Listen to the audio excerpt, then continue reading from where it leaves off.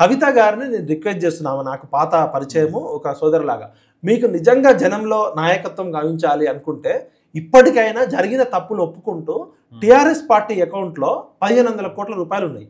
అవి తెలంగాణ ఉద్యమకారులవి, అమరవీరుల కుటుంబాలవి. అది బీఆర్ఎస్ పార్టీగా మార్చే హక్కు మీకు లేదు. ఆ టిఆర్ఎస్ పార్టీలో ఉన్న 1500 కోట్ల రూపాయలు ఈ 1200 కుటుంబాలకి కుటుంబానికి 1 కోటి రూపాయలు ఇవ్వాలని రేపు ఇందిరా పార్క్ దగ్గర కవితక్క అమర దీక్ష కూర్చుంటే నేను కూడా పోతా కవితక్కతో పాటు. ఎందుకంటే తెలంగాణ ఉద్యమం వచ్చినాక 1200 మంది చచ్చిపోయారు. ఆ 1200 మంది చచ్చిపోయినాక 1200 మంది గుర్తించమని మళ్ళీ ఉద్యమం చేయాల్సిన పరిస్థితి ఏర్పడ్డది. మరి కేసీఆర్ గారేమో 10 సంవత్సరాల నుండి ఆయన చేయలే. రేవంత్ రెడ్డి గారు 250 గజాల స్థలం ఇస్తామన్నారు, ఉద్యోగాలు ఇస్తామన్నారు, అవి చేయలే. కవిత గారు నిజంగా మొన్న సారీ చెప్పింది, ఏది ఉద్యమకారులకి అమరవీరుల కుటుంబాలకి మాకు అన్యాయం జరిగిందని.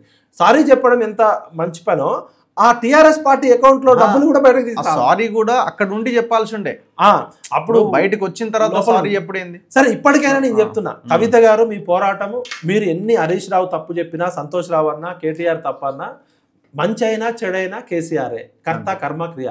మీరు కేసీఆర్ కూతురుగా మీరు మాట్లాడలేకపోవచ్చు, కానీ జనం ఏమనుకుంటున్నారు, మంచి అయినా కేసీఆర్, చెడైనా కేసీఆర్ అనుకుంటున్నారు. ఆ విషయాన్ని మీరు కుండబద్దలు కొట్టి మీ నాన్నతోటి యుద్ధం చేసినప్పుడే మీకు సమాజంలో యాక్సెప్టెన్స్ వస్తుంది. కేసీఆర్ చేసిన తప్పుడు నిర్ణయాల వల్లనే ఇలా తెలంగాణ బాధపడుతుంది.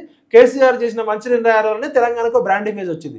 మీరు కేసీఆర్ చేసిన మంచిని చెప్తున్నారు, కానీ కేసీఆర్ వల్ల జరిగిన తప్పుడు, ఇప్పుడు నిరంజన్ రెడ్డి ఏమన్నా స్వతంత్ర అటానమస్ బాడీయా, ఆయన ఎవరు జగదీశ్వర్ రెడ్డి ఏమన్నా అటానమస్ బాడీయా? అంతే కదా, దొంగలంతా కలిసి దోచుకున్నారనే కదా. ఇంకా పర్టికులర్ గా చెప్పాలంటే జగదీష్ రెడ్డి, నిరంజన్ రెడ్డి కేసీఆర్ కే దగ్గర. వాళ్ళ అన్న హరీష్ రావు, వీళ్ళకన్నా అపాయింట్మెంట్ ఉంటుందో ఉండదో కానీ వాళ్ళు డైరెక్ట్ వెళ్ళిపోతారు. అవును.